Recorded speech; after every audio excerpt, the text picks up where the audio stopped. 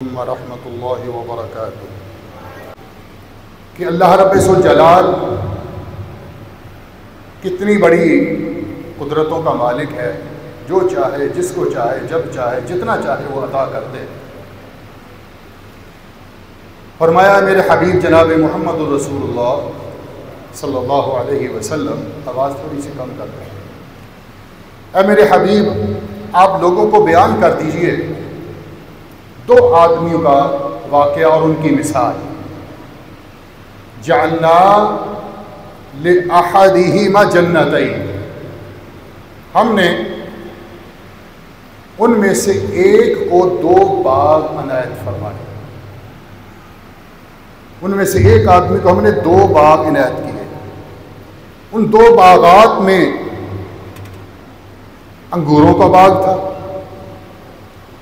اور انگوروں کے باغ کے آس پاس اللہ نے کھجوروں کے باغ کی باڑ لگا دی۔ وجعلنا بینہما زرعا، اور ان دونوں کے درمیان میں اللہ نے کھیتی کو اگا دیا۔ یہ بڑا خوبصورت منظر ہے، انگوروں کا باغ ہو، اس کے بعد کھیتی ہو، اور اس کے بعد باڑ کھجوروں کے باغ کی ہو۔ انتہائی حسین منظر ہے۔ اللہ نے اس خوبصورتی اور اس منظر کے ساتھ اس کو یہ باغ عطا کیے۔ کلتا الجنتین، دونوں باغ کھجوروں اور انگوروں کا، آتت اکلھا، اپنا پھل لے آئے، وَلَمْ تَظْلِم مِّنْهُ شَيْئًا، اللہ فرماتے ہیں ایک ذرہ کے برابر بھی ان کے پھل میں کمی نہیں ہوئی۔ اتنا خوبصورت پھل اور اتنا زیادہ پھل وہ باغ لائے، اور پھر اس کی خوبصورتی کو مزید اللہ نے دوبالا اس انداز میں کیا، وَفَجَّرْنَا خِلَالَهُمَا نَهَرًا، ان دونوں باغات کے درمیان میں اللہ نے پانی کی نہر چلا دی۔ لہذا خوبصورتی اور حسن و جمال میں اور اضافہ ہوا۔ وَكَانَ لَهُ ثَمَرٌ، اب اس آدمی کے ان باغات نے پھل دے دیا۔ جب باغ پھل آور ہوا تو فَقَالَ لِصَاحِبِهِ، اپنے دوسرے ساتھی سے کہنے لگا، وَهُوَ يُحَاوِرُهُ،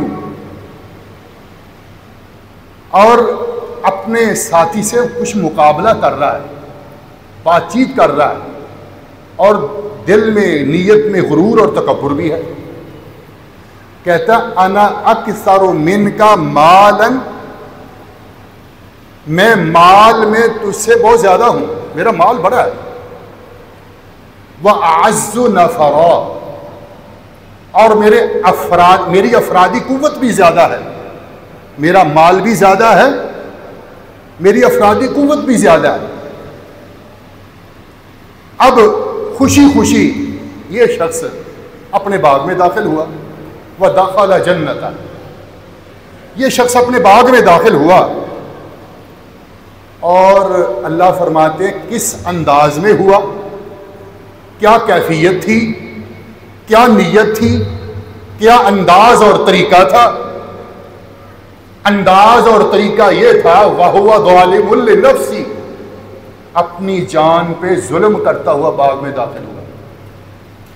تکبر بھی ظلم ہے، اترانا بھی ظلم ہے، فخر ظلم ہے، نیت کا خراب ہونا بھی ظلم ہے۔ فرمایا یہ ظلم کرتے ہوئے اپنے باغ میں داخل ہوا، اور پھر کہتا کیا ہے، وہی بات کہی جو آج دنیا دار کہہ رہے ہیں، کہتے رہے ہیں، کہتے رہیں گے۔ کہتا ہے ما اظن ان تبید هذه ابدا، میرا خیال نہیں ہے کہ یہ میرا باغ کبھی بھی فنا ہوگا، میرے خیال میں میرا باغ کبھی ختم نہیں ہو سکتا۔ اللہ رب ذوالجلال نے الفاظ قرآن کریم کے ایسے بیان کیے، آبادا، یہ میرا باغ ہمیشہ کے لیے رہے گا۔ اور پھر اس سے بھی بڑی بات، جس طرح آج ہمارے دنیا دار بڑے بڑے حکمران جن کو خدا یاد نہ ہو، عوام کا احساس نہ ہو، وہ یہی کہتے ہیں نا، اقتدار ہماری ملکیت ہے، مال ہماری ملکیت ہے، ہم سے کون آگے بڑھ سکتا ہے، ہم سے اقتدار کون لے سکتا ہے۔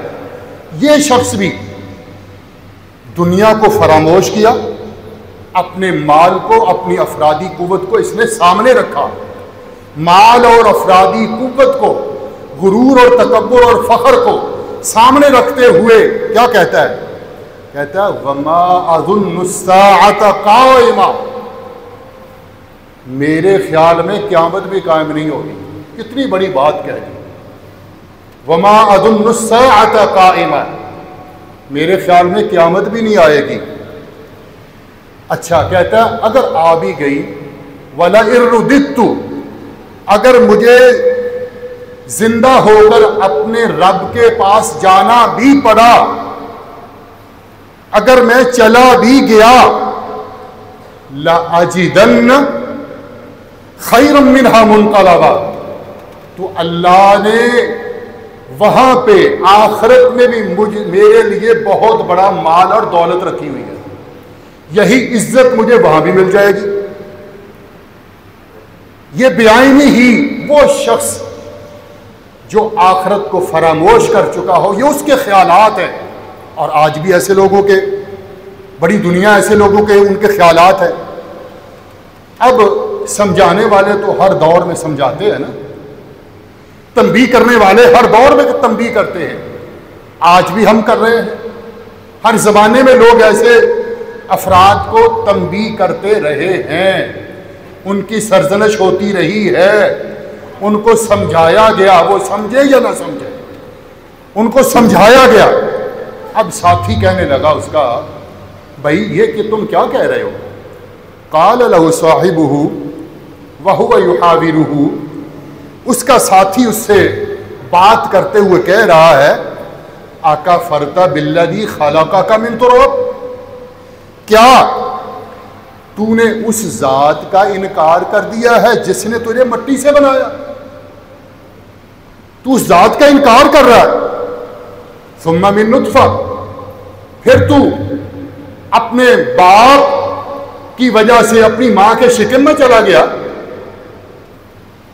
ثم سواک رجلا، پھر اللہ نے تجھے خوبصورت اور بہترین انسان بنا کے پیدا کر دیا، تو تجھے ایسی بات نہیں کرنی چاہیے، اللہ کی ذات کو، خالق کو فراموش نہیں کرنا چاہیے۔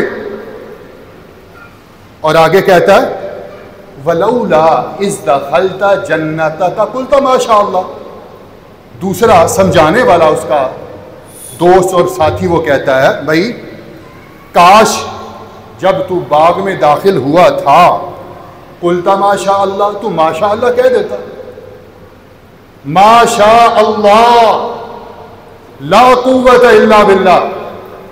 پہلا سبق اس واقعہ میں میرے بھائیوں، انسان کو مال مل جائے، دولت مل جائے، کوٹھی کار مل جائے، اختیار، اقتدار اور عزت مل جائے، عظمت حاصل ہو جائے، تو یہ کہو ما شاء اللہ لا قوت الا باللہ، جو اللہ نے چاہا وہی ہوگا، اس نے چاہا دے دیا، لیکن نہ میری کوئی طاقت ہے، نہ میرے اندر کوئی حرکت ہے، اللہ ہی کی ذات کے ساتھ ساری طاقت ہے۔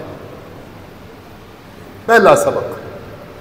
لہذا اس کے بعد اللہ تعالیٰ نے ان کا آگے حوار تھوڑا سا ذکر کیا ہے۔ اب کیا ہوا؟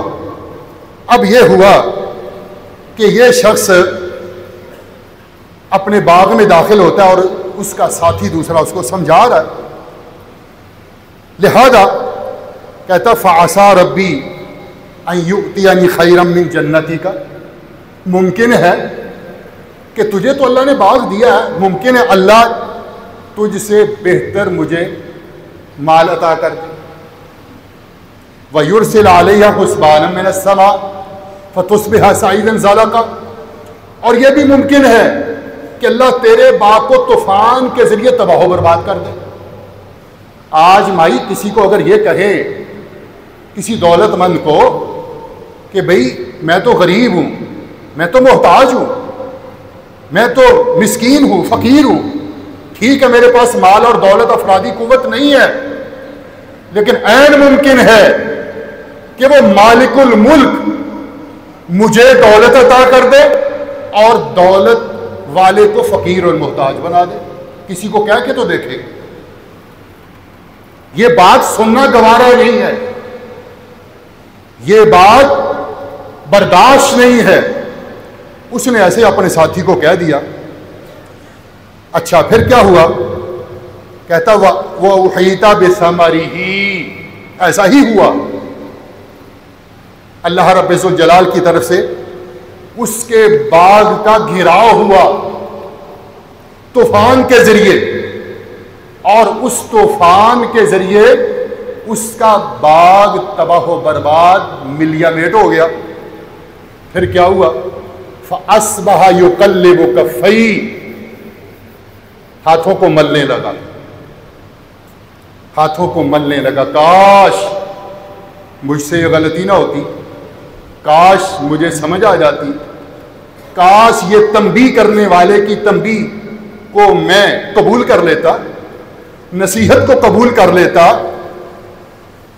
آج تو میرا باغ تباہ ہو گیا، میرا نقصان ہوا ہے، علی ما انفق فیہا، میں نے تو اس باغ پہ بڑا خرچ کیا ہے، وَهِيَ خَاوِيَةٌ عَلَى عُرُوشِهَا، یہ تو اپنی چھتوں کے بل نیچے گر چکا۔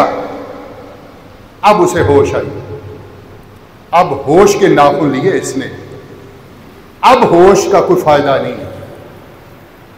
جب پانی سر سے گزر جائے نا، اللہ کے نبی علیہ الصلوۃ والسلام نے فرمایا کہ توبہ تو اس وقت تک اللہ قبول کرتا ہے جب تک موت کے سکرات نہیں لگ جاتے۔ جب بے ہوشی کے عالم میں چلا گیا نہیں سمجھا تو پھر تو توبہ قبول نہیں ہوتی، یا قیامت کے علامت آ گئی، قیامت قائم ہونے والی، پھر بھی توبہ قبول نہیں ہوتی۔ اب اسے ہوش آیا، کہتا ہے یقول یا لیتنی، میرے بھائیو یہ سبق ہے، کبھی بھی اپنی غلطی کو پینڈنگ نہ کریں، اپنے ظلم کو لیٹ نہ کریں، اللہ کے ہاں معافی کو پینڈنگ نہ کیجئے۔ گناہ ہوا، گناہ کا احساس ہوا، فوراً اللہ کے آگے توبہ طائب ہو جائیے۔ کہتا ہے یا لیتنی لم اشرک بربی احدا، اے کاش میں اپنے رب کے ساتھ کسی اور کو شریک نہ کرتا۔ اس نے شرک کیا، اوروں کو بڑا سمجھا، اللہ کی کبریائی کا احساس نہیں کیا، تو اللہ فرماتے ہیں وَلَمْ تَكُنْ لَهُ فِئَةٌ يَنْصُرُونَهُ مِنْ دُونِ اللَّهِ، اللہ کہتے کہاں گیا وہ مال، کہاں گئی وہ افرادی قوت، افرادی قوت کہاں گئی، کہاں گئی تیری فوج، کہاں گئی تیری طاقت، اللہ کہاں گئے تیرے سپاہی۔ آج حکمرانوں کے لیے بہت بڑا سبق ہے، اور حال ہی میں وہ بنگلہ دیش کی حکمران کیسے بھاگی ہے، اپنا ملک چھوڑ دیا، فوج کام آئی، وسائل کام آئے، اقتدار کام آیا، اختیار کام آیا، اس کی آرمی اور اس کی سیکورٹی کام آئی نہیں، اپنی جان بچا کر کے اس ملک سے نکل گئی۔ ایسے ہی دنیا کے بڑے بڑے حکمران اپنی جان بخشی کی وجہ سے اپنے اپنے ملک کو چھوڑ گئے، تاریخ بنی ہوئی ہے مسلمانوں کی۔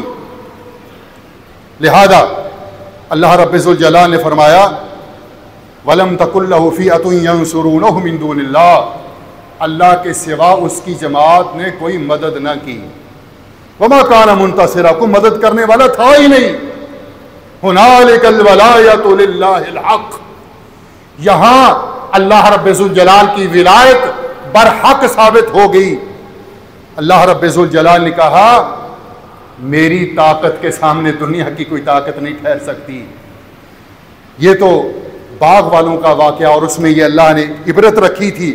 اور اس کے بعد اللہ رب ذوالجلال نے قرآن پاک میں فرمایا وَلَقَدْ صَرَّفْنَا فِي هَذَا الْقُرْآنِ لِلنَّاسِ مِنْ كُلِّ مَثَلٍ. اللہ فرماتے ہیں ہم نے ہر ایک مثال کو دنیا داروں کے لیے، لوگوں کے لیے پھیر کر بیان کیا ہے. مختلف انداز میں، مختلف طریقوں میں، مختلف اینگل سے ہم نے مثالیں لوگوں کو سمجھائی ہیں کہ سمجھ جاؤ، عبرت حاصل کرو.